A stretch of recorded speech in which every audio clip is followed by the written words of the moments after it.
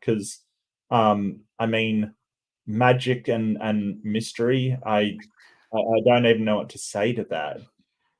But Last but night the she was saying that it's not that the Earth is flat; it's that it's a sphere, but it's way bigger than they've told us. So there's more okay. land somewhere. Well, I mean, okay, but the thing is, like, if you're gonna appeal to magic, the problem then is why did God bother with the flood? If he could just magic everybody away and Yeah. like sort of miracle them away, why bother with a flood and a boat at all? Like, why not just turn this world into one with only Noah's family in it? Why even bother? So you've Yep. got kind of a problem there. I mean, yes, that's a very good point. It would make God, and especially dying, like all the animals and all the people dying from like drowning, that gives you the indication that it's a kind of a very evil God, because that's one of the worst ways, sorry, to go. Right, It's right. like JP Junior says God likes drowning people.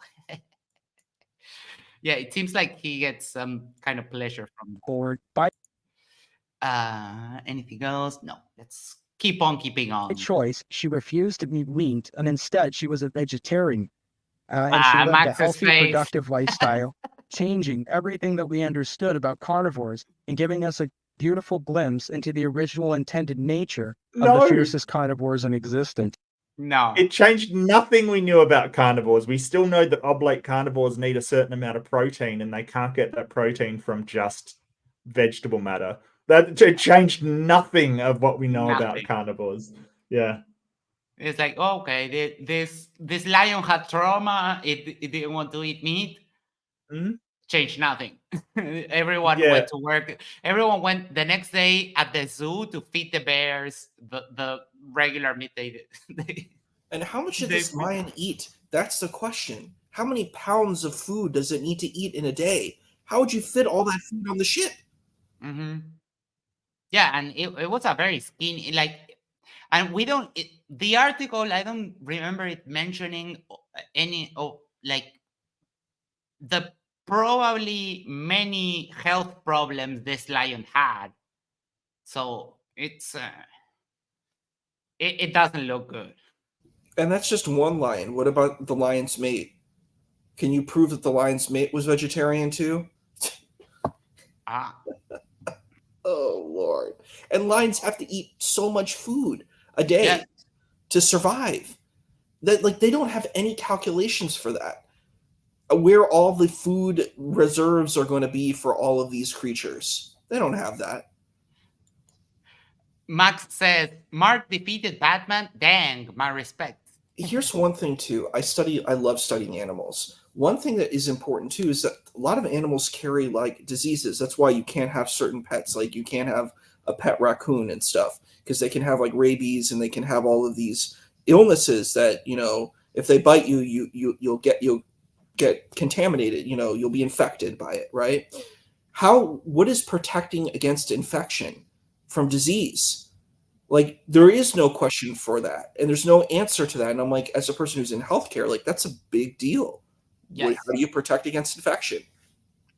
I don't know, God did it. So then A stop common. using scientific language, please. And the other thing is that the diseases, like the germs, the bacteria, the viruses, the parasites, all of that would have needed to be on the ark.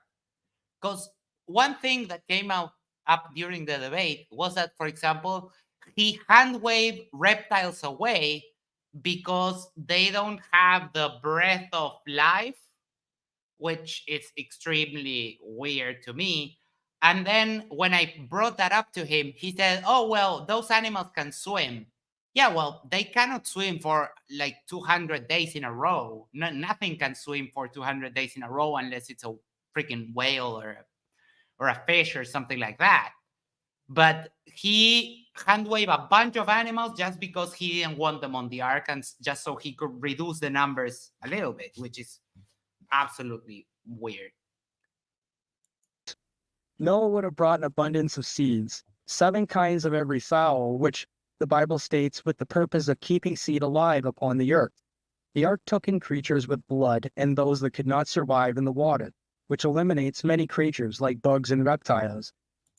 Why? They have the breath of life. Bugs are alive. I don't know what you're. What? What? It's most important to note there most definitely would have been enormous floating land masses as well as underground ecosystems. Again, pure conjecture. There would. Why? The story says absolutely nothing about that. So Well, there is sort of floating islands kind of thing, but they're not enormous floating land masses. They're plants basically that float to the surface and form sort of matted islands, but they're not massive.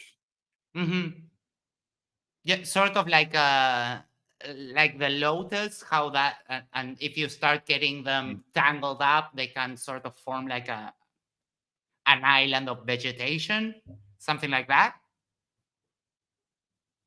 Because I don't know, I've never heard that. This is extremely weird. Like floating land masses.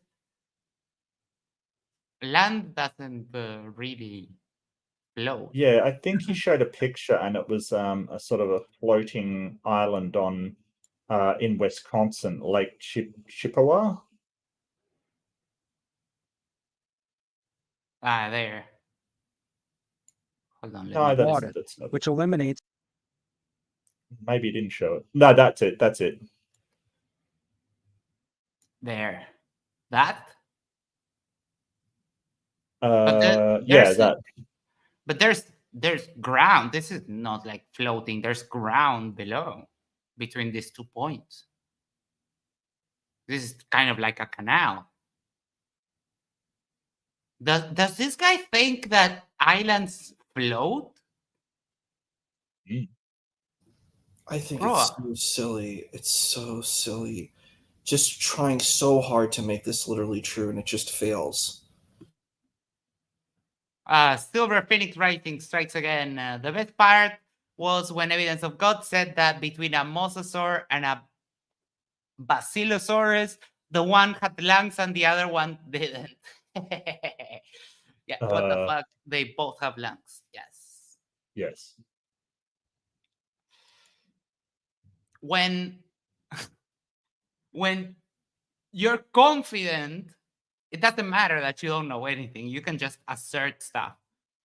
And during the debate, I kept asking him, give me the evidence. And he said, I gave you the evidence. So that makes me doubt that he doesn't understand either the word or the meaning of the word give or the meaning of the word evidence, because he just said stuff. masses as well as underground ecosystems like the one we discovered in China in 2022. A team of scientists discovered an ancient forest more than 600 feet underground after probing a sinkhole in China. Explorers flocked to the Leifengonga Park in China. Huge ancient forest well discovered.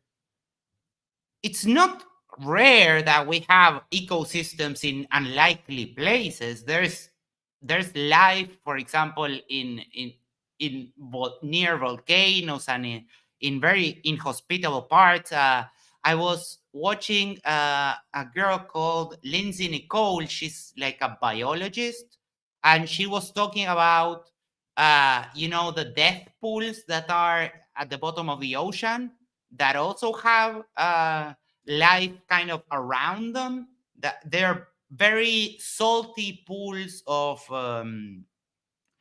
water in the bottom of the ocean that have life around them. There's nothing that can live inside them because they're super salty, but they do have life around them. And this is at the bottom of the ocean and also in a very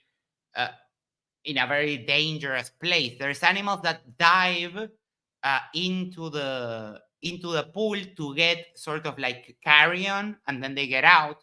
But if they don't go in and out fast enough, they will die. It's a very interesting video, and that's a very good channel. Lindsay Nicole. Well, I think there's a problem here where it doesn't matter how far it is underground.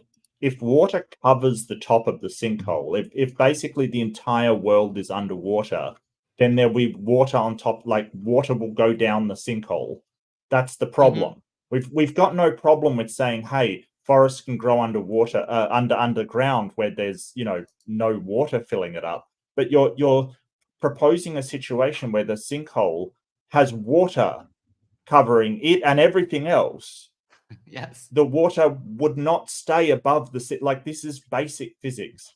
I do apologize though. I'm really enjoying this, Max, but I do have to take off, so I do apologize, mate. But, no thanks problem. for having me on. Anytime. See you, Take easy. care. Take care, buddy. Thank you so much. Oh, we have the Holy Spirit in the house. Whoop whoop. What about Holy Spirit? Bless us, Holy Spirit. And what we have a floating plastic island now for the next flood. Hell yeah. All right, let's see what else. I want to 600. also share something too that I think is a problem. Yes. That what they're taking is the most improbable and trying to make it the most probable. And that's the worst thing in these argumentations. You're taking the least probable thing and trying to make it the most probable thing multiple times. And it just comes off as dishonest and disingenuous. Yes. Like, yes, there are times that a lion can be a vegetarian. Sure. But that doesn't mean that two lions are going to survive a trip where there's no food and remain vegetarians. Because we don't even know how long was the trip. It was like, what, 40 days or something? No, 40 days was the rains. And then it was 150 days. They were just drifting. And then it was 3 months for the water to recede. So it's a lot of time. So we're talking time. about Almost months. a year. Yeah, like around a year, right? So let's put that. We'll put it as a year of time. This is insane to imagine. We're not talking about a couple days. Like that's even pretty improbable too. That something would live for that long. They have so many things, and we need this in the Noah debates. We need to have another Noah debate where all of this stuff, folks. Let's focus on the story of Noah and check in on all of these things to challenge all of these narratives, Yeah, that's why I thought about reading it in the pre-show, because I think if you're going to do a Noah's Ark debate, it should start with both reading the story together at the same time. Agree. Yes. And it should, the rest of the debate should have the text like there. Because if you're going to say stuff, it should be on the text. You can't just say, this could have happened, this could have happened. And in both, actually in all three, in all three debates that Evidence of God did like in a row, the word he said the most was cool. So he has no evidence. He's just appealing to a possibility. Oh, could be this, could be that. Well, yeah, it could be anything. But the story says nothing at all. I agree with you 100%, Max. That's our problem that we're dealing with in this story, is you're dealing with the most improbable and trying to make it the most plausible, and it's just dishonest. And what it is, it's like, yeah, I get you want to believe in this, then spiritually and religiously believe in it, but don't try to make it history. Don't try to make it science. It just doesn't work. And what you do is you push people away from, like we've talked about this, Max. We agree on this. You can look at these religious stories and get value from them, but when you try to impose scientific literalism to them, it hurts the story and it hurts your credibility. You just look like you're talking nonsense. It's like, dude, it's like a person trying to prove Santa Claus is real and fairy tales are real. You can't prove them, and you shouldn't. Just leave the fairy tale alone. Let it be a fairy tale, And it just in this particular case, I think it's even worse than what you said, because it's not taking something that happens very unlikely, for example, seeing a double rainbow, which is rare but happens consistently. He's taking one instance of one thing happening once and making it a general rule And we will see this a couple more times before the end of the video, before we get to the end of the video. But it's even worse. It's taking like one thing that happened once. It's like saying, oh yeah, resurrections can happen because Jesus resurrected. No, they don't. Like, we have one account of, even if I grant you that the resurrection is real, right? We have one account of one thing happening once. So it doesn't work. You can't affirm that people can resurrect. It doesn't make any sense. I'm sorry, I'm not paying attention to the chat all that much because Christine is unbearable, really. So you guys deal with her. Feet Who's under the blab. Christine was the one that was yesterday saying that the Earth is a sphere, but it's bigger than they've told us. So Christine is telling us, no, for something to be a carnivore and to become a vegetarian, it would have to have happened very early on, and maybe even had been implemented through time and generations. Okay. That is false. That is false. But I'm like, even if we grant that, so what? Like, what does that matter? Let's steelman it. Okay. Sure. I mean, Okay. does that now prove that this story is real? Like, the thing is, you have to prove all of these obligate carnivores become vegetarian, and they're not human like us. Like, we as humans, we make choices. We can choose to be vegetarian if we want to. We can do all that work because we have that spectrum. I've lived with cats and stuff like that. A lot of cats are impacted by impulse. That it's different. It's a different story. It doesn't mean they're inferior. It's just a different way that they live their life. That's different than our life as humans, So we as humans have a lot of like potentiality and choice that we can do that we don't, from at least in our observations with other creatures. Like, if you put a frog and a spider in the space, one of these, the frog will eat the spider. But if you put a human with the spider, the human's not going to just eat the spider. Do you get what I mean? If we did like a hypothesis observation, this is the problem. You're assuming that these animals are operating as humans, which is insane, Exit Music says, humans became cannibals on small islands due to protein shortages, evolution. Yes, it's a big problem. Okay, I'm confused here, brother. This woman put all roads lead to Jesus, or Christine, I don't know if it's a woman. All roads lead to Jesus Christ.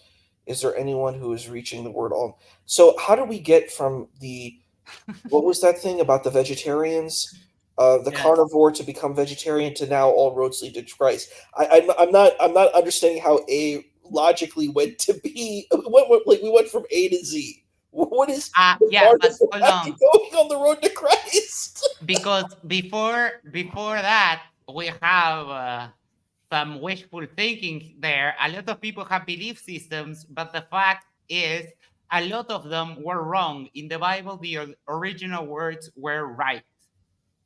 Well, there's a problem with this as a person who studied religion. Why do we have so many different sectarian spaces? We have Jewish people with a very different view than Christians. They both look at the Bible, but they read it completely differently. The way that Jews read this text is not the way that Christians read it. You also have Samaritans, which value this text. They have a different valuing of the system. And even if we take Christians, there's so many different kinds of Christians. You could take a Unitarian Christian and an evangelical Protestant Christian. They view Jesus, they view the text completely different. Like, there's this assumption that everybody views the text the same. And I'm like, but they don't. Like, there was the wars in Europe where Catholics and Protestants were battling and killing each other because they read the text differently, Yeah. And she says, Christians have been in Morocco, Egypt, Nigeria, China, South America, in Brazil, are the biggest Christian countries in the world right now. America is having the biggest revival. That is false. Religion. I would say a lot of people are becoming atheists. They're not becoming Christian. That's just a false statement. A lot of these people in the Muslim countries are becoming atheists. Yes.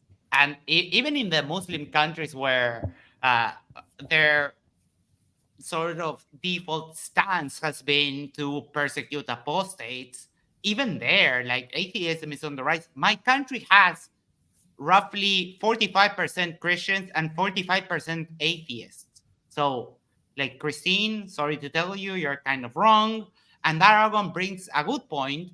In 100 years, Islam will be the most popular. Will that make it more real? No, of course not. No, it won't. Populism is a ridiculous argument, and like honestly speaking, let's say in these Muslim countries, people feel that Islam is abusive to them. Why would they want to go to another religion that will abuse them? Like that doesn't make any sense. Why would you go from one organized religion where you feel toxic things going on and just say, you know what, I'm just going to shift to another place where I'll be abused in a different way? Like that doesn't make sense, logically. I'm sorry. If you don't like organized religion, you're not going to just jump up to the next organized religion, Yes. Oh, look at that. This is gold. I'm sorry, but after this one, we're going to stop with the Christine show because we need to get through the video. She is kind of fun, but she's so wrong. In 100 years, Islam will be the most popular, basically restating what Aragon said before. That is just funny. When Islam, the only place where it's even dominant is in Iran. You're absolutely wrong. You have Pakistan, all the Middle East. Indonesia. Malaysia, just like flat or wrong.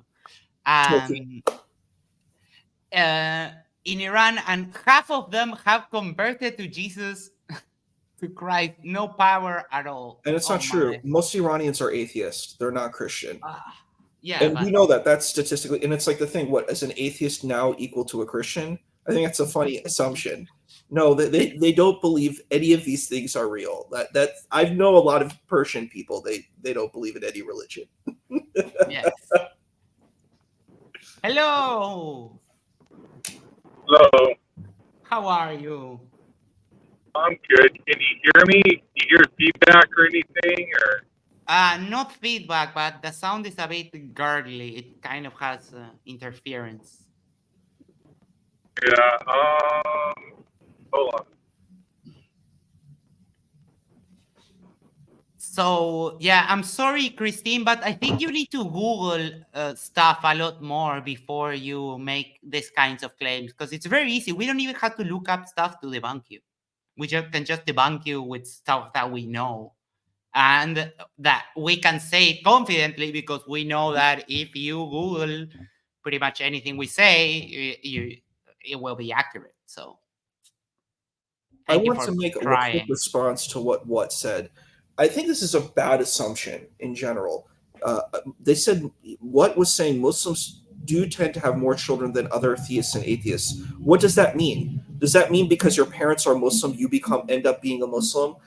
I think this is a crazy idea that we're just asserting that people are just naturally this religion because their parents are this religion. You know what I mean? Like, Max, are you magically a Christian because your parents are Christian? You can choose. Maybe you might start off saying, hey, I'm going to explore Christianity, but you have the ability to reject it. You know what I mean? It's this weird thing. They're like, you're imposed with this identity because your parents are this identity. I don't think that you have to be that, Yeah, but I mean, when it becomes part of sort of like your family activities, going to church or going to the mosque or reading the Quran or reading whatever text, it kind of becomes a part of your personality. It's a lot harder to reject if it's a family custom to go do religious activities on the weekend. It's a lot harder to reject it. I could choose because I had one parent of each. My mother is sort of like half a believer and my father is an atheist. I talked to both of them and both of them just gave me their opinions and let me decide. But a lot of people don't have that option. So I think that's what they mean. But as you say, it's not something that is fixed. It's not because your parents are X, you will be X. But it makes it a lot more likely that you will. I totally hear that. I just think that's always an issue, this intrinsic thing that because it becomes like a race. Your religion is a race and it's an ethnicity. And in some senses, I agree, it can be true, but it doesn't have to be. And I think a lot of people, there are lots of ex-Muslims, there are a lot of people who have been connected and they're just like, I don't want it. It's not my thing, And yes, I'm connected to a culture, but Christine said, since you said I was wrong, I will comment and then I will go, oh, boo-hoo. Oh, they said I was wrong. This is the point of this channel. We disagree with each other all the time. It's okay. But if you get into that position, I have to mock you because this is ridiculous. And then finally she said, but the fact that they had a dog on TV that was a vegetarian, it only ate veggies and survived because it was given it early. When they put meat in front of it, it chose meat, but it is possible. I don't know what you're talking about, but the problem is that for carnivores, you need to, if you're going to feed them vegetables, you need to supplement them because otherwise they die. Dogs and cats are carnivores. They can eat other stuff, but they need protein. It's a requirement for their diet to eat protein. We need protein. Vegans and vegetarians need supplemental protein because they get health problems if they don't. I agree. And I would say the problem even isn't if you steel man what Christine is saying. Fine, they all were vegetarian. Where's the food that is nourishing them? Where's the stockpile of food in the ark that's feeding all of these animals so they can survive? We don't have that, Yeah, it's a very big problem. All right, let's keep on. You have a bit of background volume, but I think we can power through. Technique known as water jet cutting is the most powerful cutting tool on Earth, and it's the choice cutting tool due to the zero heat it is generated. The fountains of the deep burst forth with such immense pressure. This is likely how continents were cut from the biblical perspective. And again, another appeal to possibility. And the problem is that if you look at the equipment, and let me do a quick search for that so we can take a look at it. Water jet cutting tool equipment.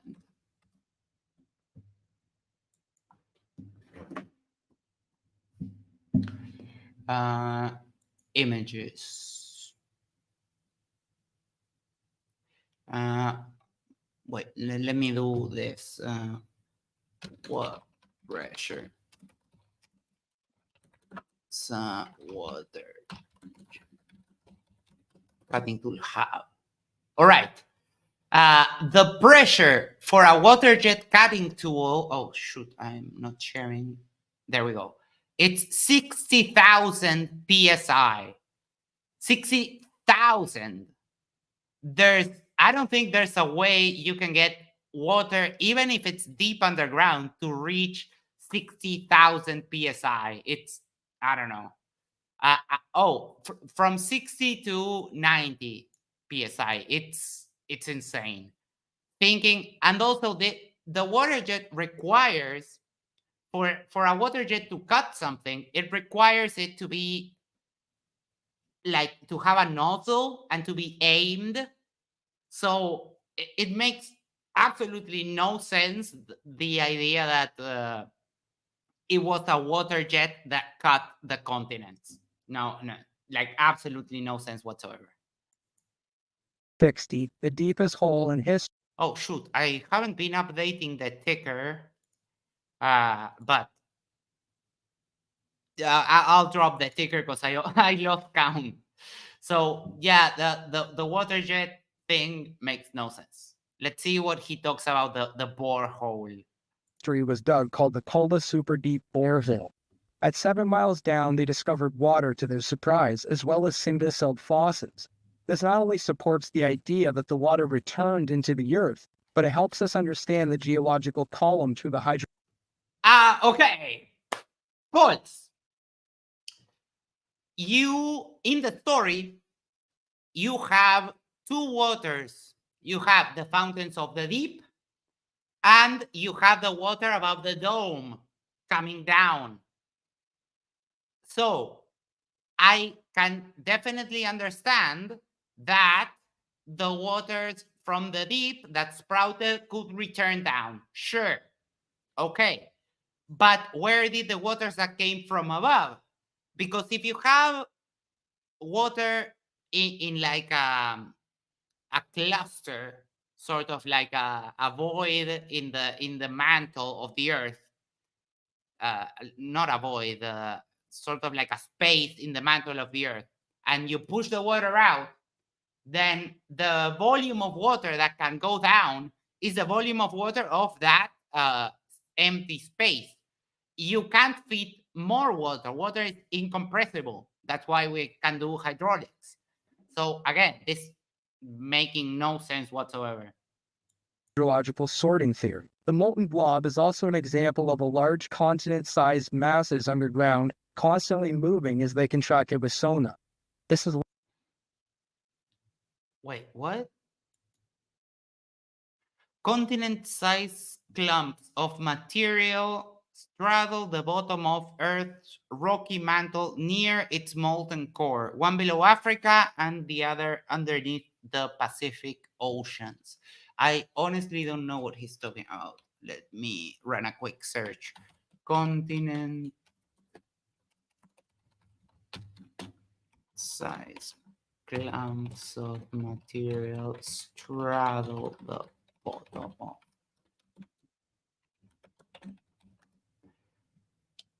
There we go. Fish.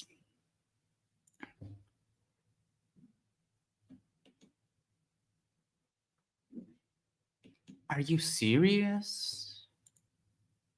Is this what she's referring to?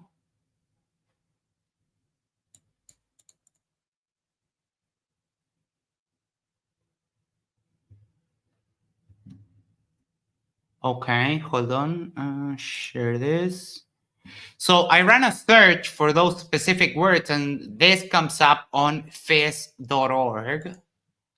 Huge blobs inside Earth are from another planet, study suggests. Scientists proposed a novel idea on Wednesday that could solve two of the world's mysteries at once. One that passes over our heads every night and one that sits far below our feet. The first mystery has puzzled everyone from scientists to inquisitive children for millennia. Where did the moon come from?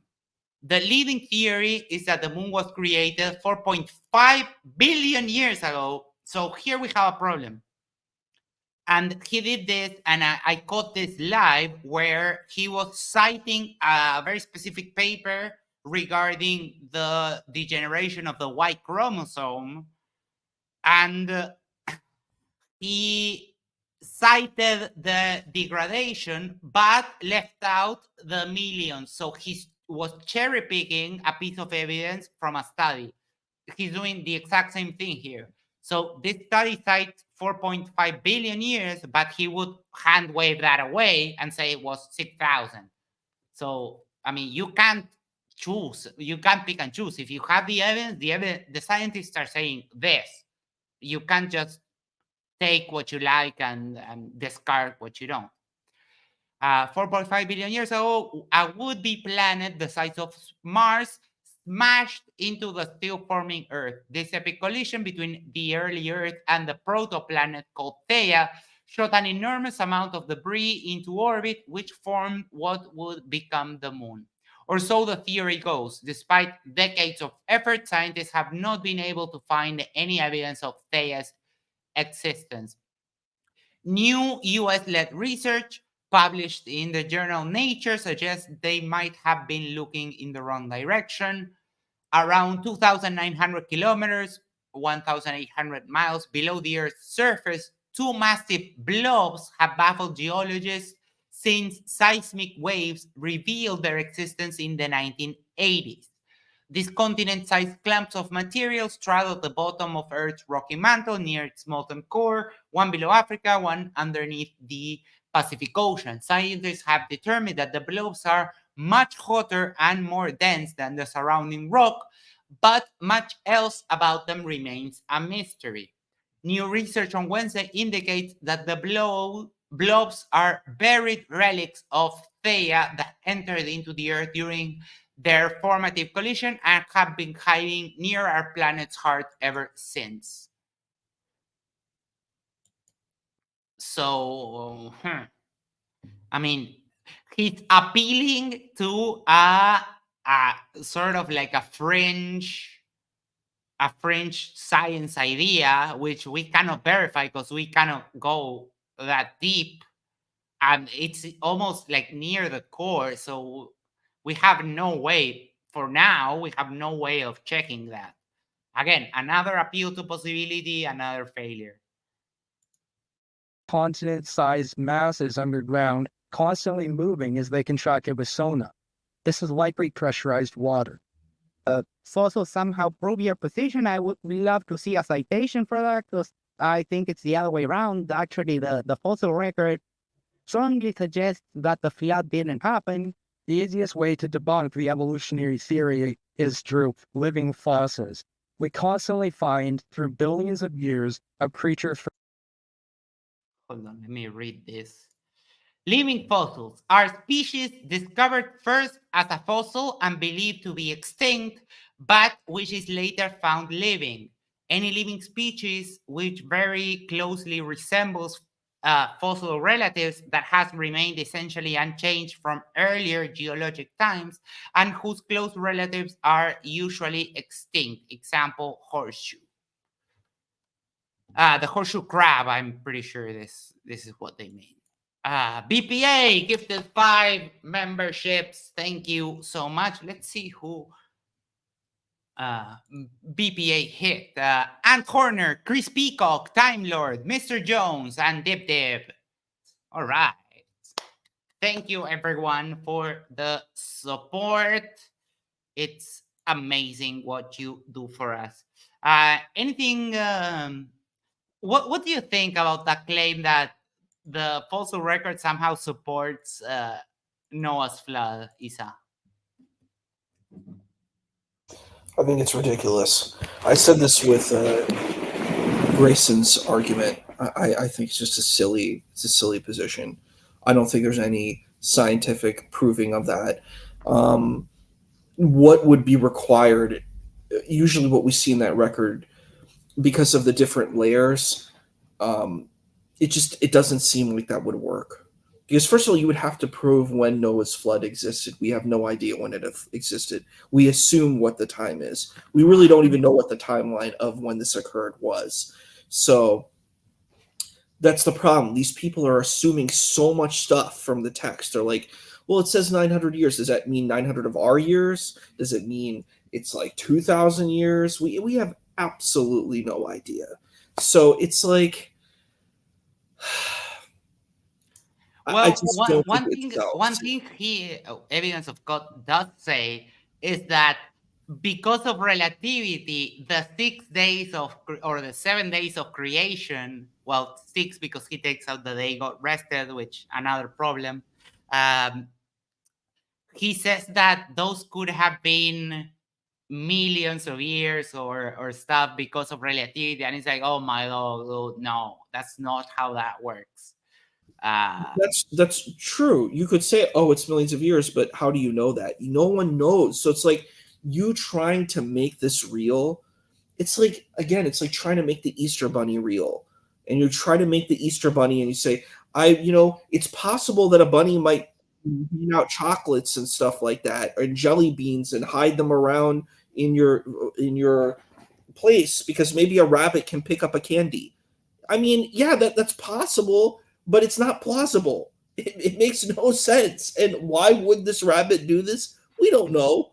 It's like, because there's a story about a rabbit doing it, like the rabbit is putting the candies around. I'm like, it's the same thing as the story. It's like, well, here's this spiritual story. I'm like, okay, this is what I'm going to do. This is my pushback. You want to prove that Noah's Ark is real, then you got to prove Utnapishtim from Gilgamesh, the Gilgamesh story, is real and did that. Mm-hmm. Prove that leaf that makes people live forever is real. Let's prove all these stories real. Let's prove, the story of the Ramayana. Let's prove that Rama went to Lanka with Sita. I'm like, why are you proving just your Christian stories? Let's prove all of these stories. Right. Or, yeah, let's find the Tomb of Hercules, or exactly. The Aztecs had a flood where they didn't build a boat. The only 2 survivors survived in like a floating log. So This is my critique towards what Christine is saying. Christine is doing what we call in logic special pleading, because her religion, her spirituality, her story, we need her narrative is true because she believes it's true. But she's not going to make the effort to try to prove that Buddha, Siddhartha Gautama, was meditating under the Bodhi tree and the demon king came and fought him. Like, and the thing is, she probably doesn't even know these stories in general, but I mean, if you go to these stories, are we willing to go and try to prove all of these stories? If one of these magical thinking stories happen, all of them could have happened. Hercules and the 12 trials, like you said, or Heracles, that's real.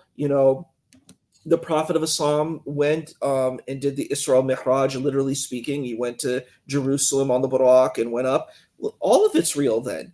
Or you could say these are spiritual stories. They have valid meaning in our spiritual lives, and we take it at that. My issue is not that these stories are there.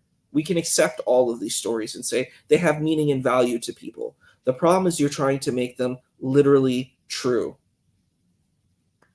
Yes, and now she's going down the full Darth Dawkins route and says, in fact, whether you believe it or not, the words of what it's actually talking about, they are true, have never been proven wrong, oh my dog, and they are the standard on everything that you know and believe.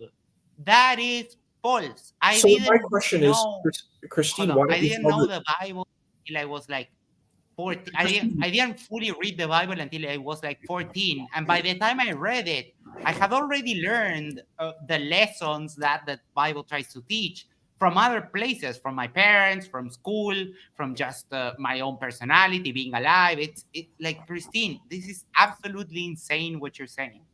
And Christine, then I would ask, why don't you follow the 613 mitzvot? The Bible tells you to do that. You need to follow all of these things. You can't eat swine. You can't do any of these things because it's never proven false. So we should follow everything that the Tanakh tells us to do. That's my problem. Like, if you really literally believe what you just said, then then you have to follow all the laws of the scriptures. You have to follow Shabbat, where you have to not do work on Shabbat, which is Friday night and Saturday. You have to do all of these things. But the thing is, you're not following these things. So you've proven them wrong for yourself because you're not following these rules, because a new covenant came. So you don't need the old covenant. So I'm like, is the old covenant false? Because that is the presupposition. The old covenant has to be false for the new covenant to be real. Yes. And wait, there's another thing here. I don't know, for some reason, StreamYard doesn't show the messages that get blocked for a moment. But Christine said to one of our mods, 666 is probing time. Hold on, I lost the message. Shoot. Where was it? 666. You're rude and nobody likes you. Would care only the people that care about seeking truth and knowledge actually care. You sound like a narcissist. Christine, can you calm down? You seem to be agitated. Calm down, type properly, and don't insult people. That's the only one thing that will get you banned here is insulting people. So calm down. And then I think this is kind of a lie. I'm sorry, I don't believe you, but she says she knows all the Vedas. I know all the religions. I have studied it. I've taken classes on religions. There's 27,000 new religions in the last 100 years. I've studied secular humanism. I've done it all. No, I don't think so. I'm sorry. But I think this is just a lie. Well, okay, moving on. There's one last comment. This is a difficulty in this situation because there's a contradiction here. So Christine tells us in the first comment that these texts have never been changed. They're correct. They're pure and they're right. But then she says in this next statement, the old covenant door wasn't shut yet because it wasn't done. When Jesus came with the new covenant, he came through the door in the back door of the old covenant shut. So I'm like, does God change God's mind? There's a lot of problems with this theological move. You have to say that either God got it wrong There were some problems. God is not all powerful. God is not all knowing. There's a lot of problems to try to make both of these narratives work together fluidly. They don't work together fluidly. You can't say in one breath that none of this stuff has changed, and the next breath say, well, there's a new covenant that had to replace the old one. That doesn't make sense. Those are two they're two statements that are mutually exclusive. They are not mutually inclusive. So that's a problem. I'm sorry, the idea of Jesus coming through the back door, yes. JP, yes, that made my brain go like I didn't take Jesus as a back Dorothy. I don't know. The filthy mind of Max sometimes is weird. Let's carry on. Millions of years of creatures from all eras surviving would display a mess in the geological column regarding evolution. Creatures from all eras. I knew it. It was the horseshoe crab. Here are 12 of the most fascinating living fossils. The coelacanth, horseshoe crab, duck-billed platypus. This is the platypus. weird animals. A mommy rabbit, nautilus, the kimono dragon. Yeah, the kimono dragon is there. The kimono dragon. Not Komodo dragon, the kimono dragon is here. Yes, and hold on, I'm going to open Discord for just a second, because if you weren't here that day, during the after show, our awesome audience gave us some gave us some extraordinary renditions of the kimono dragons, and I think it's worth to show it again because they're hilarious. Share screen, stop sharing, blah blah blah. Entire screen. Let's go. All right, so we have the kimono dragons.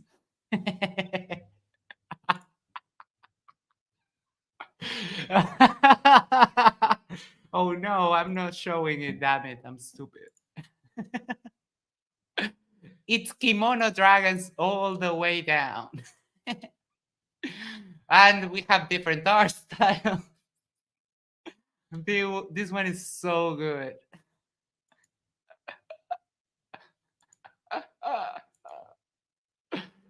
The kimono dragons. Man, this is hilarious. Oh, they look at this one. I think that might be a yukata dragon. I'm kidding. Yeah.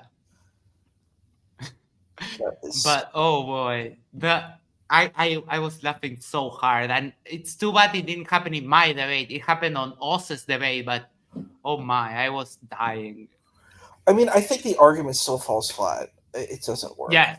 The thing is, you're trying to say there's all these fossils. I'm like, again, you're taking something that's like very improbable and trying to make it the most probable, the most plausible, and it just doesn't work that way. That's not how these things work. And I'm like, fine, okay, I want to ask if I can do this debate because I have a lot to say about it. Coming from my thought would be that, for example, I think the kimono dragons live in a very specific part of the world. They're not widespread. And the kimono dragons are, they would be sort of the pinnacle of their evolution. So given that they're in a very reduced geographical area, and they're already adapted to the most, to be the most successful predator they can be, there's no need for them to continue adapting. Now that we are introducing climate change and we are advancing on their natural habitat and stuff, we might see kimono dragons evolving further. They might, instead of wearing kimonos, they might start wearing suits. So they will be suit dragons. but it happens. I mean, evolution responds to a need for change, and it's hard. But again, that's my opinion. It's not a fact. I'm just stating what I think would be happening with this, like, apex predators, or with this kind of organisms that we find fossils, but we still find them alive, like the ones here on the list. With this, Clever says he just got here. Clever, yes. And I remember you got gifted a Matters Now membership, so enjoy your emojis.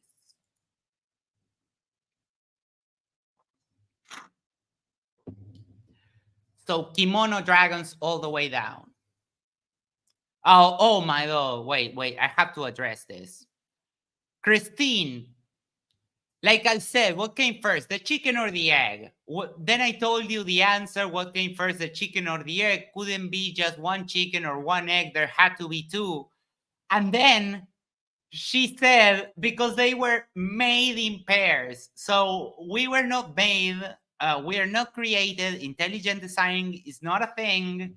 And you are just wrong. So Christine, this is hilarious. That Do you mind if I say something about this too? Yes, of course.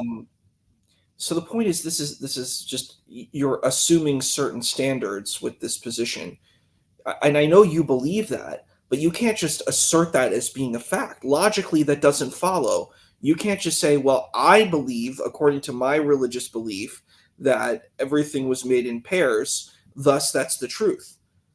That's your belief. And even if we steel man it, let's grant that it's true. Well, what does that mean? Pairs of what? Are there two sets of pairs? Are there two, like, let's say you have two different, like, differing elements of these species? Do you have multiple pairs within these species? How do we know that where do the pairs end? Could you have two pairs of, like, a polyamorous relationship, two pairs and two pairs that come together? I don't know. Like, we can't prove that, even if we do that, because it's so what's the word? It's so unspecific. It's not specific in what it means. So you have smuggled in all of these beliefs and opinions on what this narrative is without actually proving your particular narrative. Yes, and she goes full cute. Evolution is not only just a theory, which gives us the indication of the level of person we're speaking with. It's a false religion because it's so untrue. Oh, you're so cute. I want to give you a hug. What's the religion of evolution? What are the tenets of this religion? Do you have, like, the evolutionary church or the evolutionary temple that you go to, and you look at, do you have, like, that picture of all, like, the beat of the human kind of going from the Neanderthal man, the Homo erectus, and you just stand there and you just sing hymns to the Homo erectus and the Homo sapien. And I'm like, what's going on? I'm curious. The evolutionary, temple or the evolutionary method is interesting. Yes, and the head church is the New York Natural History Museum, and the lectures are the sermons, and researchers are the priests. So there we go. We have it. We did it, guys. We figured out the evolutionary religion. Do you tithe to the evolutionary church? No. They get the money from the government. So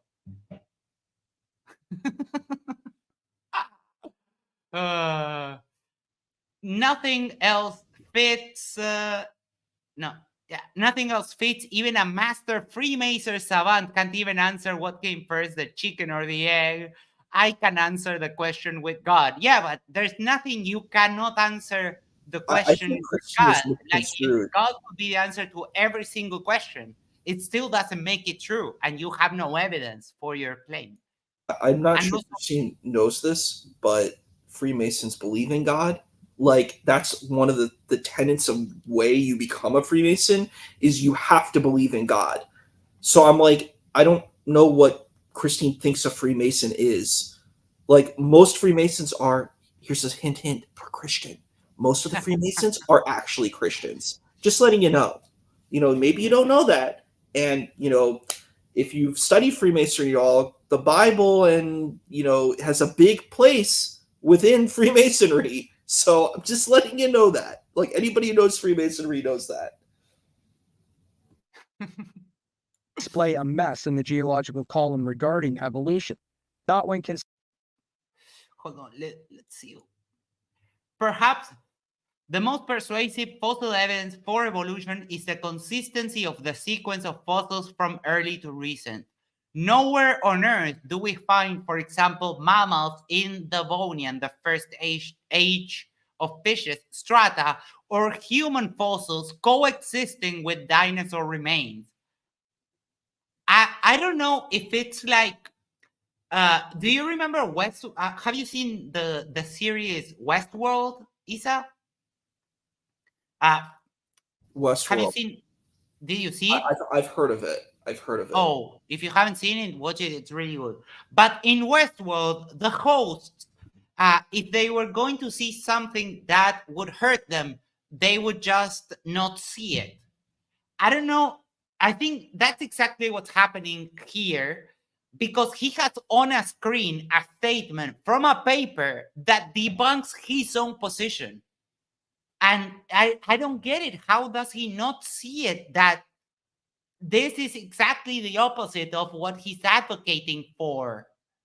I don't this is baffling. Evidence of God, I think you need a little more critical thinking to analyze your own views, because you're very critical of radiometric dating, and we'll go into that a little bit further down the video. But you have a very skewed double standard. It makes no sense. regarding evolution, not when considering the sorting by anatomy due to similar densities and buoyancy. Hydrologic sorting is the process by which water sorts sediment according to a variety of physical properties like grain size, shape, and density. Generally, the deposits consist of larger particles at the bottom and finer particles at the top. This is exactly what Grayson said to him after my debate with him. And again, he's showing, this is like a page out of the Flat Earth Manual of Debating. Just show evidence that completely contradicts you, misinterpret it, and say, oh, this supports my position. This is crazy. But 3 billion years ago, the Earth was flooded worldwide. Okay. This came up during my debate with him. And this is a very clear case of cherry picking. Some 3 to 4 billion years ago, the planet's ocean held nearly twice as much water, enough to submerge today's continents above the peak of Mount Everest. The flood could have primed the engine of plate tectonics and made it more difficult for life to start on land. This is a hypothesis called water world hypothesis. And it's not a flood, really. It's that the water world. I'm going to come on my phone, just letting you know.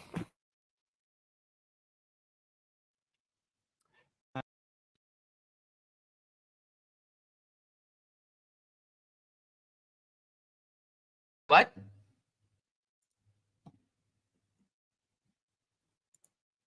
All right, here we go.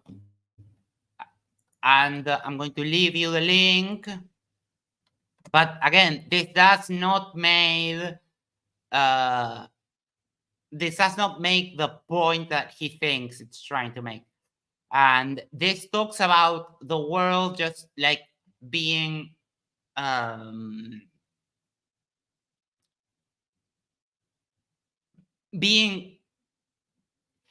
it's not that it was flooded, it was that was where the water was.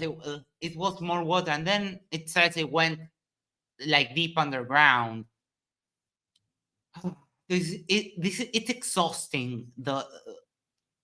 And again, he's taking this hypothesis and just throwing out the 3 to 4 million years and just latching on the world was flooding,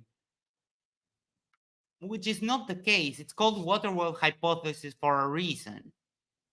But I left you the link here in the side chat, and you can look into this. But this hypothesis does not make the point that he thinks it's making. Oh, Isa, there you are. And they notice you can go to science.org, there's an article, and the head scientist there said, I quote, there's plenty of geological evidence to support global flood. The science, trees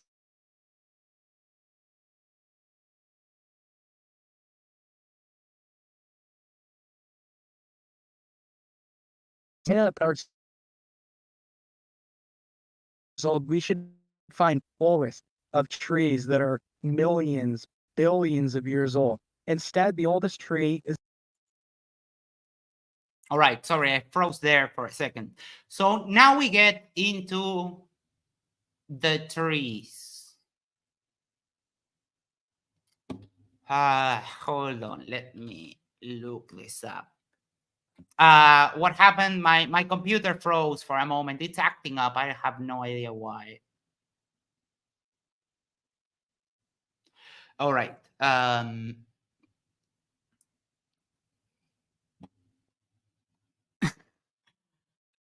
don't even have to Google it, but here it says trees can indeed live indefinitely, but this does not happen. Again, his own source debunks him, and it says that either because eventually an external agent, biotic or abiotic, a living thing or a non-living thing, such as a physical condition, ends up killing them. Yeah, so why would you expect there to be trees millions of years old? It absolutely makes no sense.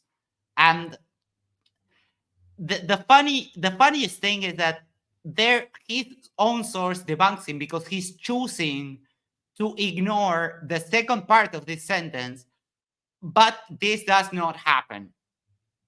It's crazy. Dated to the flood. It's 4,900 years old. How do you explain away the inbreeding problem? In the Bible, it says that the body. And again, same issue. The human Y chromosome is running out of time. In the last 300 million years, it has lost 1,393 of its original 1,438 genes. And at this rate, it will lose at least 45 in a mere 10 million years. And someone also said that it's just, I don't remember exactly who, but someone after the debate gave me a link or a message that it lost its ancient genes, but they get replaced with new genes, and he conveniently cuts it here because there's a but right there. But there has been a proposal that, and he doesn't show what comes right after. So again, another claim we can just discard because he's cherry picking one part of the science and discarding the other because it attacks his faith somehow. These were designed perfect in the beginning, right? They were designed perfect so they was pure. And like the white. Oh my God, this came up. They weren't designed perfect. You're just making that assertion. You have no evidence. And when your name is evidence of God, and most of your arguments are cherry-picking science, and also discarding part of the science. Sorry, no, that's the same thing. You are cherry-picking science, and you're also making just appeals to possibility, could be this, could be that, could have happened this way, could have happened the other way. You're not being serious. You're not being true to your name. You're not posing evidence. You're just appealing to a possibility, which is an informal fallacy.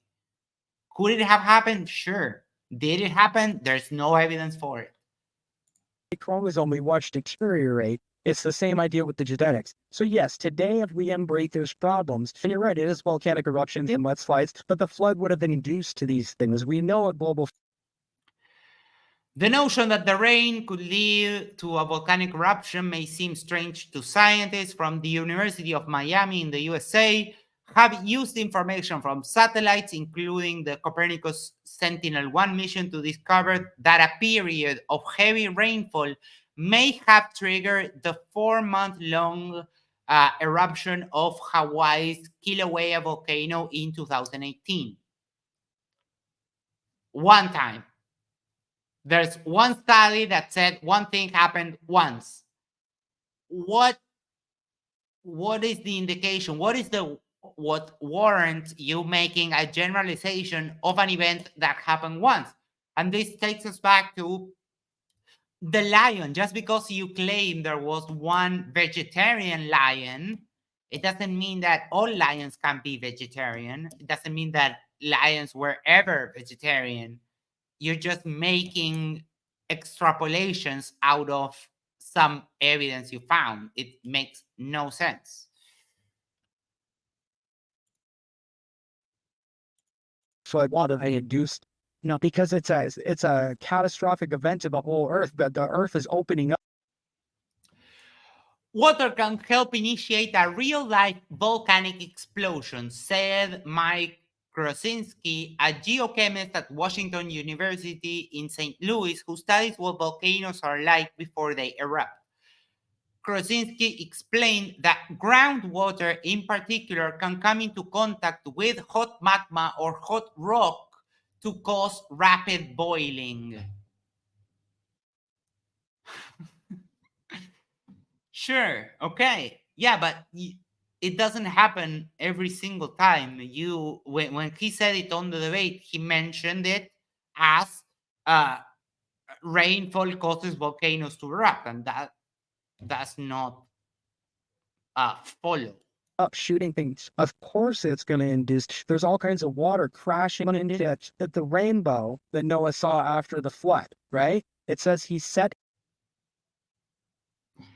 Okay. I didn't know what rainbow clouds were. Back on lions again. No, I was just showing the parallelism between him talking about the lion and basically just showing what he does when it comes to picking evidence. He finds one case that aligns with his position and makes a general extrapolation. So that's what I was pointing out. His bow in the cloud, right? When you look at rainbow cloud. Okay. I don't remember the part about the rainbow in the clouds from the story, which I read like 5 minutes before the debate. It's not far-fetched to think that after a massive rain, you would see a rainbow. What he is now just saying that, oh yeah, it could have been a rainbow cloud, which I have to admit, I didn't know exactly what a rainbow cloud was before the debate, but it seems to be that, and here we do have what they are. A rainbow cloud can occur because of something called cloud iridescence. It usually happens when in altocumulus, cirrocumulus, lenticular, and cirrus clouds, iridescent clouds happen because of diffraction, a phenomenon that occurs when small water droplets or small ice crystals scatter the sun's light.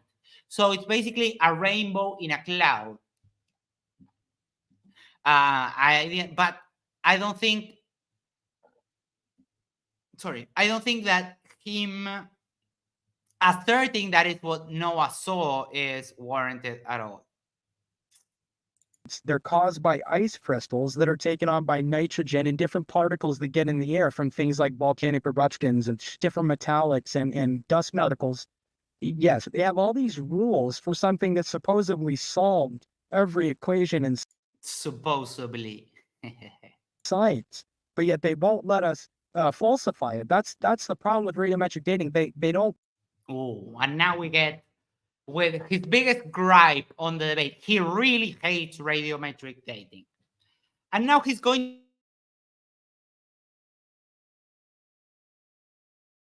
to make a point that there are radiometric facilities. So we're going to do a quick Google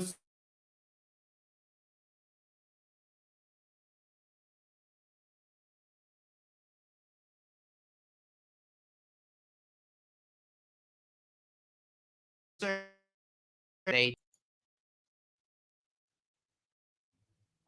All right, looks like I'm back. Yes, sorry. Let me change the screen. There we go. So he, yes, I know. I'm so sorry. I don't know why it's when I share my screen, it goes haywire.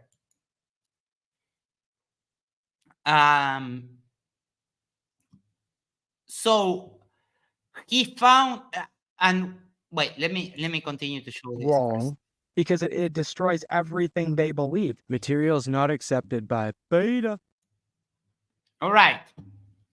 So again, he found one example of one company that works exclusively with the government.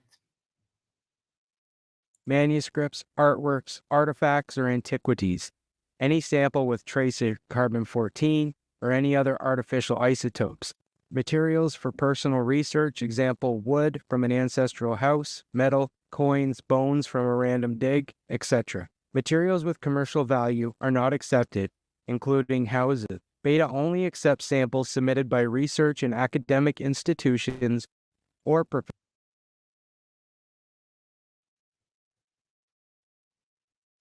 Right.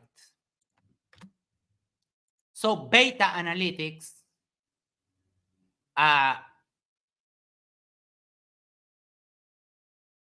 work. Oh, shoot.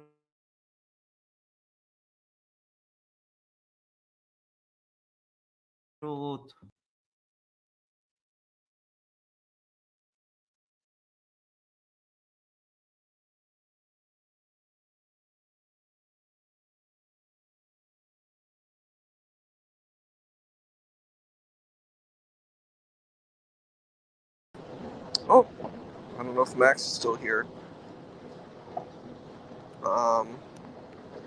Well, what do you all think in the chat? Let's hear what you have to say.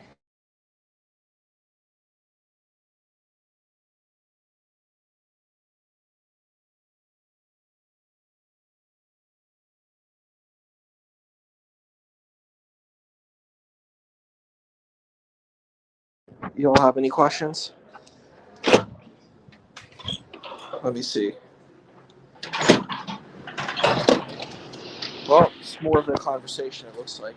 So put in the chat, what is the most compelling reason you feel that Noah's Ark happened or didn't happen? Let's hear it.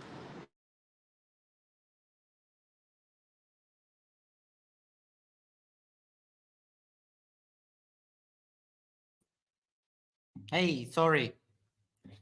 I was asking the question to the crowd while you were gone about what do you think is the most compelling reason you believe Noah's flood did occur or didn't occur? So we might get some chats for that. Didn't occur that such a big ship was never found. They say that it was found in Ararat, but to me, I mean, those are fake. Those are fake claims. It doesn't. It's like the Ark of the Covenant.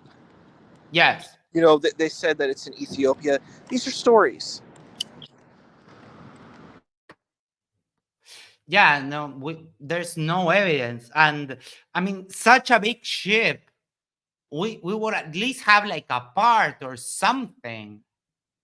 And again, it's just it looks more and more when you compare it to for example, we have the facts, like we have all these flood stories. Okay, and when faced with the facts, we have different people saying different things. I would, someone like me would say, well, yeah, people in places like the Middle East where floods are rare and they get one every very long time, they create myths around that because it's an exceedingly rare situation. But then you get places like Japan that floods constantly. They do not have flood myths. So with the same evidence, you can come to very different conclusions. I don't know. It's extremely weird to think that. We've got to help our friend Christine. Christine shared something about Mount Arafat. Do you know where Mount Arafat is, Max? Yeah, I found it here. Yeah, maybe there are fake claims, but Noah's Ark on Mount Arafat. But the fact is, there is still a wooden ship up there. But do you know where Mount Arafat is? No. Mount Arafat is what people go to for the Hajj or Umrah. That's the mountain that they go for Hajj and Umrah on their trip to Mecca and Medina. Mount Ararat is in like Turkey. Mount Arafat is in Mecca and Medina. It's in that vicinity. It's in Saudi Arabia. Yeah, I'm looking at an article here from 2023. A mountain in Turkey shows evidence of human activity in the area around the time the biblical flood is said to have taken place. And this same article has, let's see. That would be really interesting if it was on Mount Arafat. If Noah's Ark was on Mount Arafat, like when Muslims go on like Umrah and Hajj, they would see Noah's Ark there.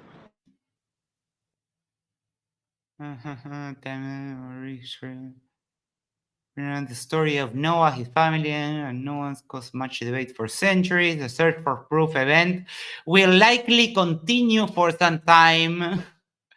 So yeah, they didn't find anything. It's just a mountain formation that looks like an ark, but nothing else. The only thing that this says is that they found evidence of human activity near the boat-shaped formation in the mountains from between 5,500 and 3,000 BC. Vector Professor says that analyzing rocks and soil from the uniquely shaped area shows human activity following and time to the years following the flood. In terms of dating, it stated that there was life in this region as well. Human activity, however, does not a biblical account prove. The Durupina Formation has been put forth as a potential ark resting place for many years and has received extensive attention from those hoping to find Noah's Ark. Despite the hype, archaeologists have consistently reaffirmed over the years that the formation is natural, not the result of a petrified shipwreck. And I'm going to give you the link I'm reading from right there. Christine, wrong again.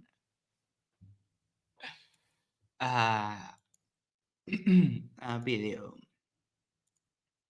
There we go. Didn't Beta manuscripts, artworks. I don't know if everyone caught that beta, the beta quip. That was funny. Again, right here, what he's doing is extrapolating because he found one lab that will not work with private citizens. But if you run a quick Google search, there's many dating services which are commercially available for you and me. So again, it doesn't work. It doesn't work going about it like that does not really work. And just here, I found, and I'm going to send you a link, one link. Measure Labs offers radiocarbon dating commercially, and it has a lot of things. And as far as I can see, it works with just regular people. They have 900 partner laboratories, worldwide clients, 40 countries to offer our customers CR services.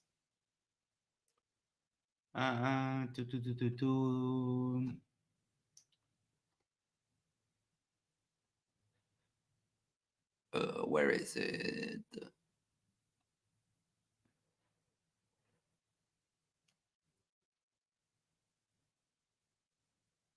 How many, answer the following question to help prepare. How many samples do you have and what is the sample material?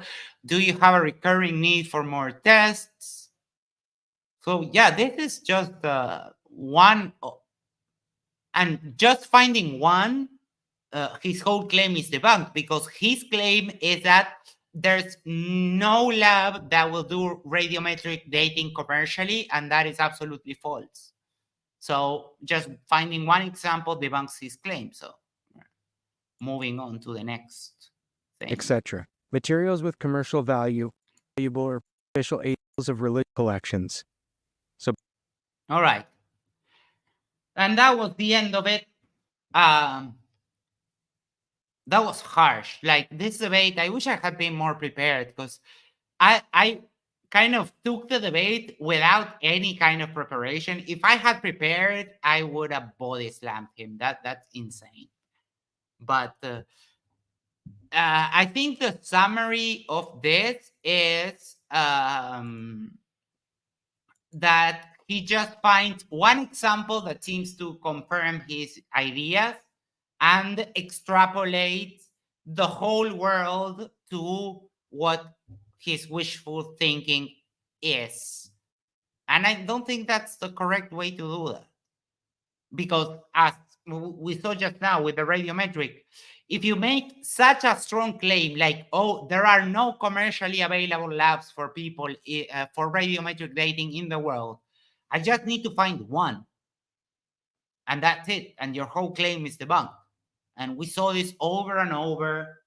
And this is not all of the claims that he put forward in the debate. So what's happening in the side chat with Christine? You, Isa, pay attention to the road. Well, yeah, I'm looking. I think it's not. This is actually not Christine. I think what we're seeing is Christine's husband, so Mr. Marshall, because Mr. Marshall told us that they have a wife and 5 kids. So I'm guessing the wife is Christine. So Okay. this might be Christine's account, but it's Mr. Marshall who is chatting with us. Dude, get your own account. Like, stop spying on your wife. What the hell?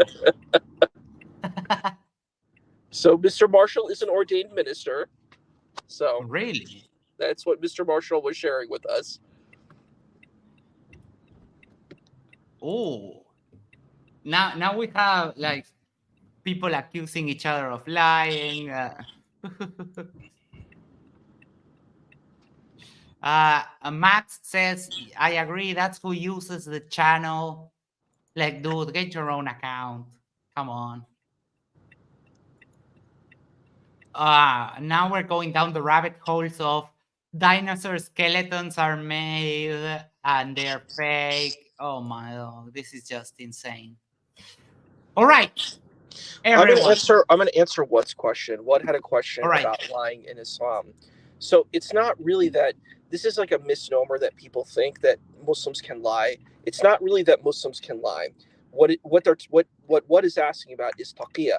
Taqiyya is it's a type of maneuver that protects people from being put to death. So it's like a Muslim who's being put at the space where they're being told that they'll be killed.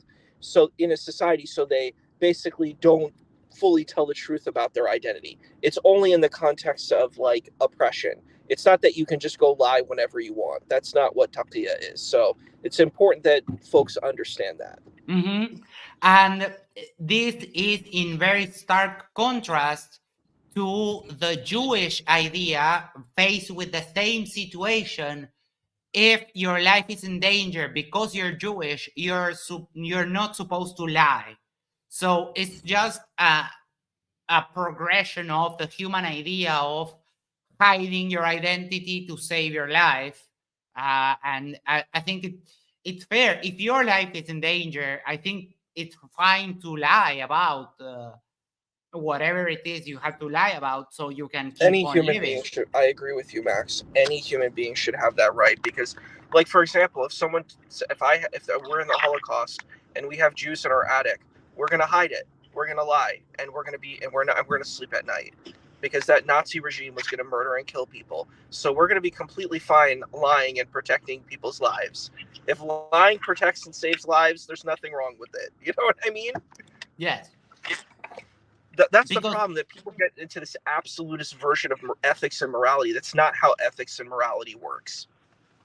I think I get the situation now a little bit more because check this message out. Christine Marshall says, everybody used to lie. I've been to prison twice. I'm from the worst hood there is.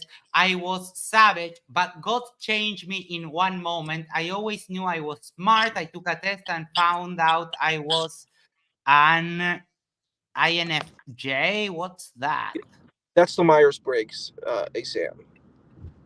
So and it's the called, truth is, I became yeah. an ex-INFJ because I don't believe in psychology. It's demonic, and I have proof of that. Oh my God. And even though I'm not an INFJ, I don't normally claim it because I'm ordained 5 years. What's an INFJ? Sorry? Wait a second. INFJ I thought was the Myers-Briggs, but this sounds like it's some kind of sectarian religious group, the way that they're using it. I have no idea. And I'm sorry that to burst your bubble, you're obviously not that smart if you got caught. So, sorry. I've never been to prison once. I have you beat on that. But I'm interested in seeing why psychology is demonic.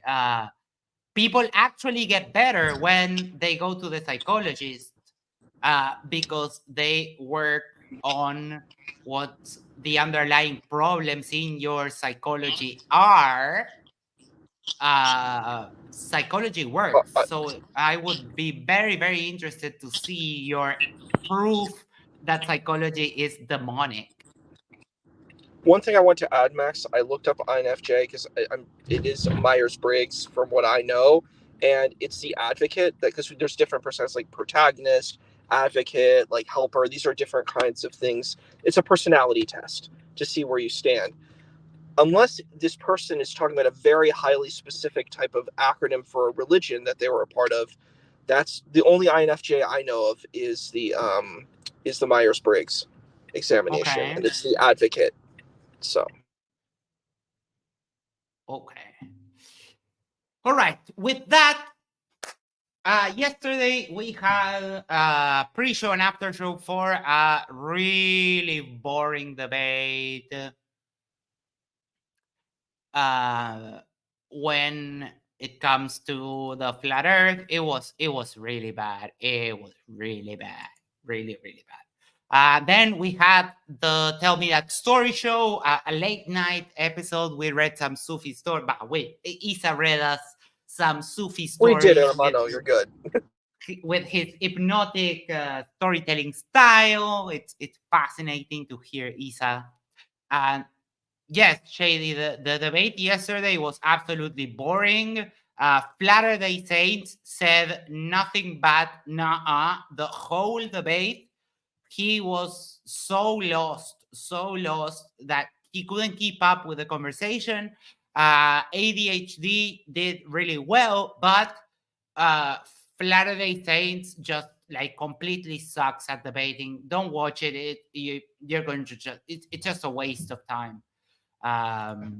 Max, I was so disappointed and sad. And I really feel Latter-day Saint. I'm hoping the best for Latter-day Saints. I think Latter-day Saints needs to go to rehabilitation and needs supports for substance usage. You know what I mean? That's Mm-hmm.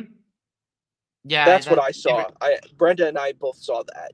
I'm sure you did too. It looks like there was definitely heavy usage of substance use that it affects their mental capacities. You know what I mean? And it was very, very clear on display there. All right. I'm going to read 2 final messages from Christine, and then we're going to wrap it up. I got my own YouTube channel, and I was only on your channel yesterday and today, and you guys have bombarded me earlier with comments off of this live, so I decided to come over and say hi. Well, I mean, we talk to everyone in the audience. The problem is that you keep sending messages and messages and messages, so at one point we feel like we have to address it. And then I think, Isa, your input on this one will have to be greatly appreciated. No, INFJ is just a personality type from the 16th personality types from Myers-Briggs test. That test is you to see how capable and smart you are, and they have 32 subtypes. So I have no idea what you're talking about here. But I'll explain a little bit about it. It's not really to see how smart you are. I don't think that's the fair position on it. I would say what Myers-Briggs does is it allows for folks, it sees what you're best suited to. Because I would say that it would fit with Howard Gardner's multiple intelligence theory. We all are kind of smart in our different ways. No one is technically stupid. We have different spaces where we shine, right? So the Myers-Briggs exam basically sees where you shine the best. Do you shine as an advocate? Do you shine as a protagonist? Do you shine as like a creator, being a creative thinker? It shows different types of personalities of where you best are suited in like whatever job you do.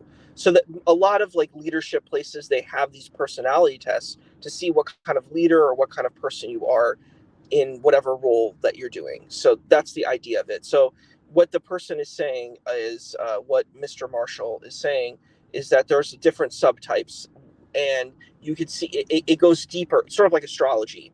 Like you might be like a Sagittarius, but you have your rising moon in Libra. So it's this whole kind of personality construction of who you are as a person. Okay, yeah, that makes sense.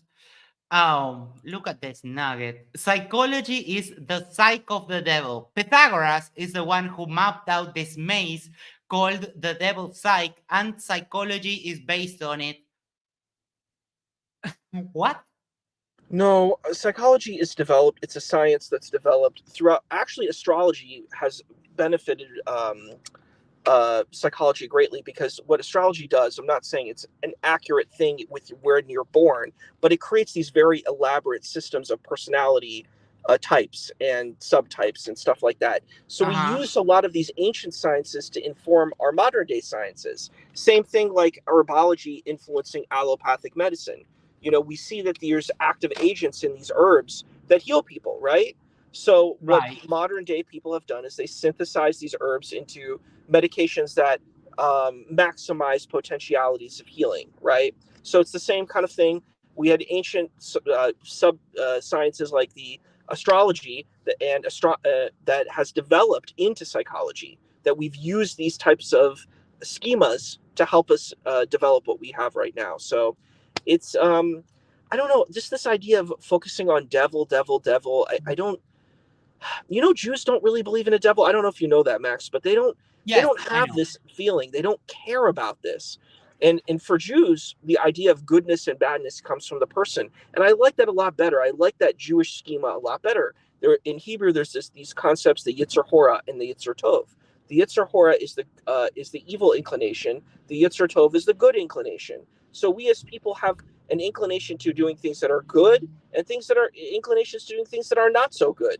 And that's much better because it allows for our own personal accountability. Let's not blame some other thing for what we do. Let's blame ourselves. If we do wrong, let's hold ourselves accountable. That's it. I don't know. This whole Satan stuff really, it rubs me not the right way. Yes. And the idea of Satan also evolved because at the beginning it was sort of like the balancing balancing force of creation, more like the idea of destruction, and then the what's it called, the I was watching a Bart Ehrman video and he mentioned it, the Hashatan. Correct. It's Hasatan. So Satan Hasatan. is Satan or Shaitan. So the Hasatan is it's the kind of the accuser. It's the accuser. obstructor. Yeah.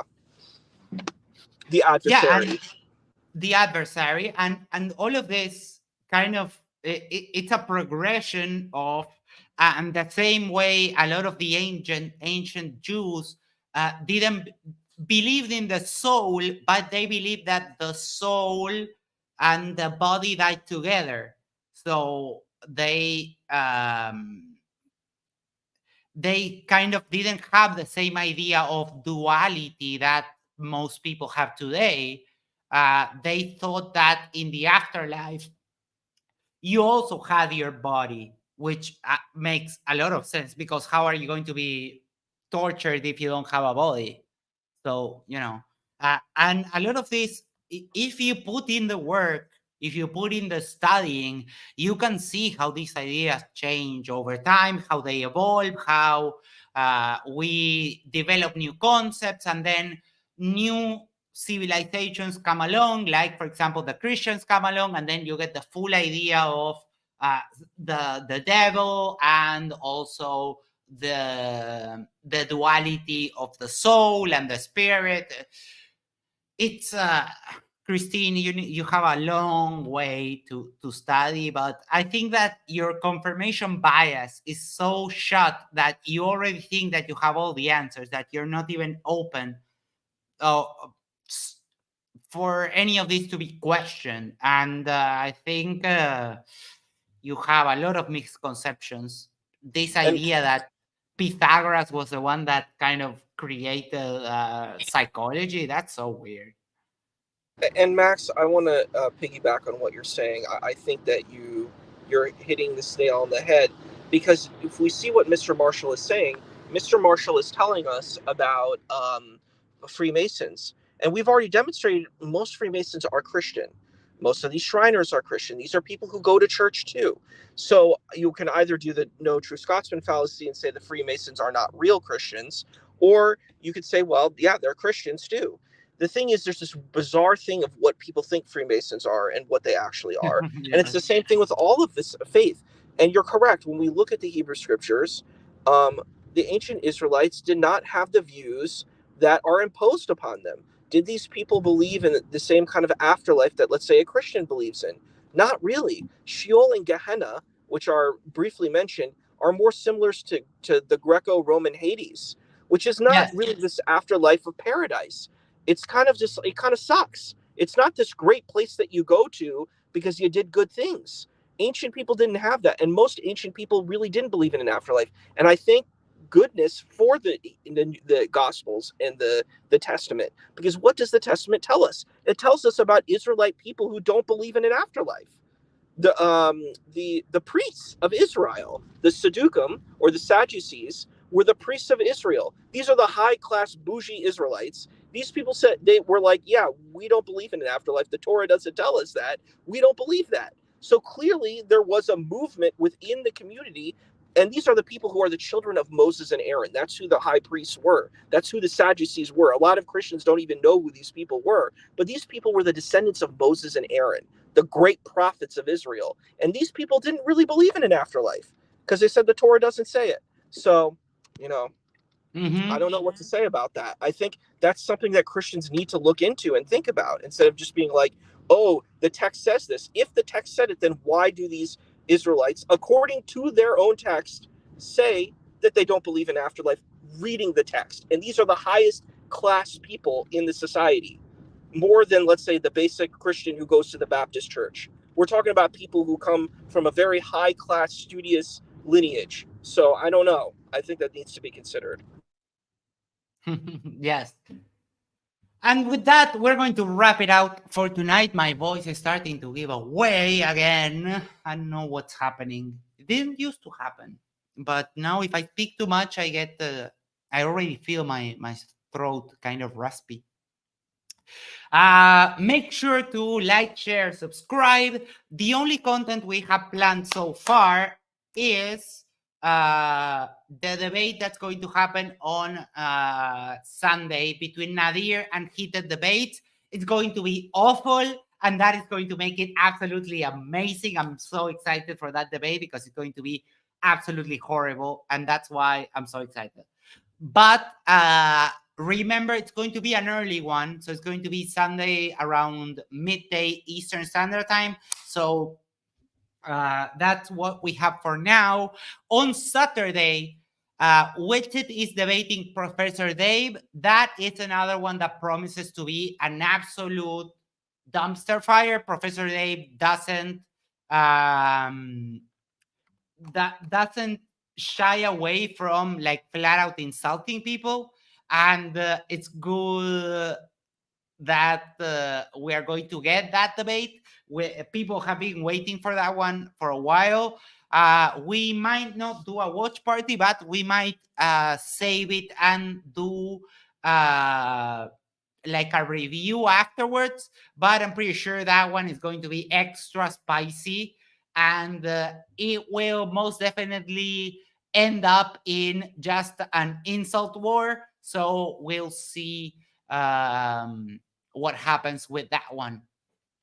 I'm trying to think of something to do tomorrow because Oz hasn't been feeling too well this past days, and we didn't have much content in the beginning of the week. But we'll see what we do. If anyone has ideas, make sure you can.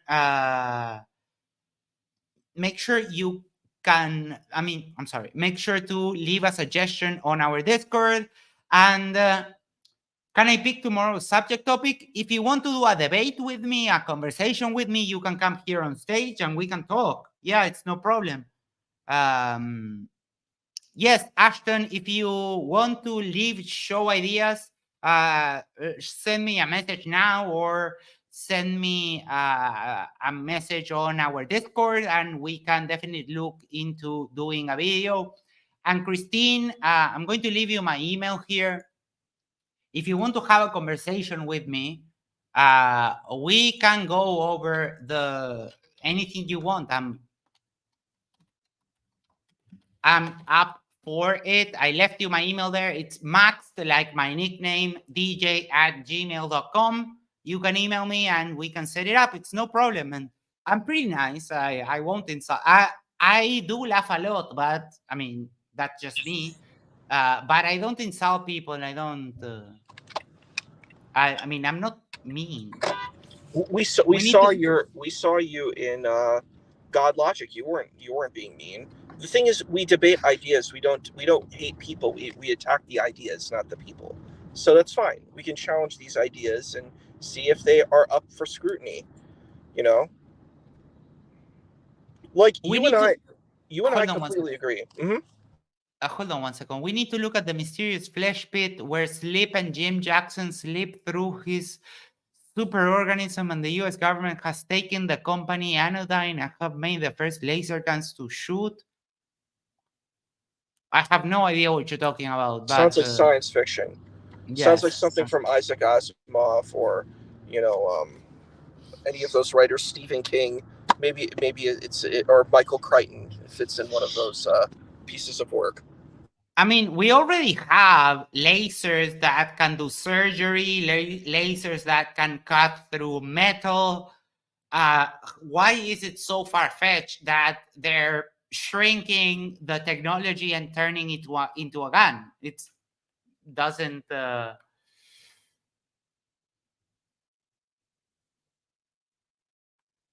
Wait, hold on. Well, apparently I'm going to have to come on your show. Is there any type of payment involved? If there's payment involved, I will blow your minds on 5 topics, because if I'm speaking, I can prove it. Okay. No, there's absolutely no payment involved. Yesterday, for example, the link to join us, to talk with us, was right there. The link to join us right now is on the top of a side chat. There's no, we just like to have conversations. But let me tell you this. If you're going to come and try to prove, which is a wrong evidence, if you're going to come and try to prove something, you better bring the evidence. You better not do like Evidence of God did on our debate and just say stuff. So if you're going to try to prove something, then bring the evidence. All right?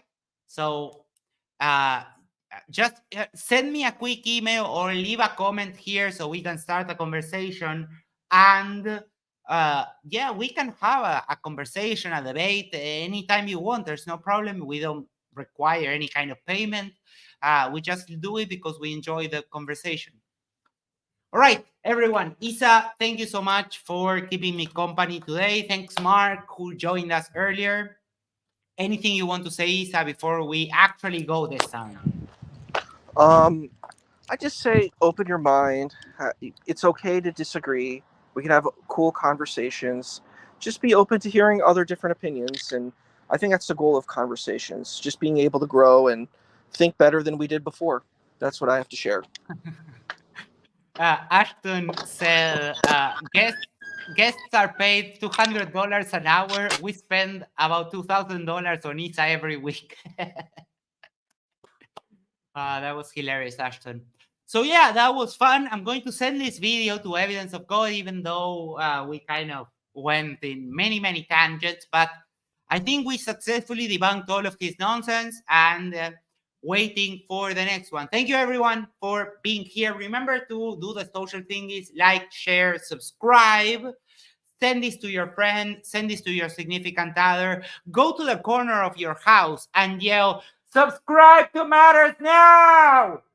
And that way we can spread the love, spread the channel, and help us grow. We are, I think, 2 subscribers away from 10,300. So we're back on the growth train. And thank you, everyone, for everything you do for us. It's been absolutely amazing. You are a wonderful audience. We love you so much. Take care. Have a good night. And we'll see you soon. I don't know when, but soon.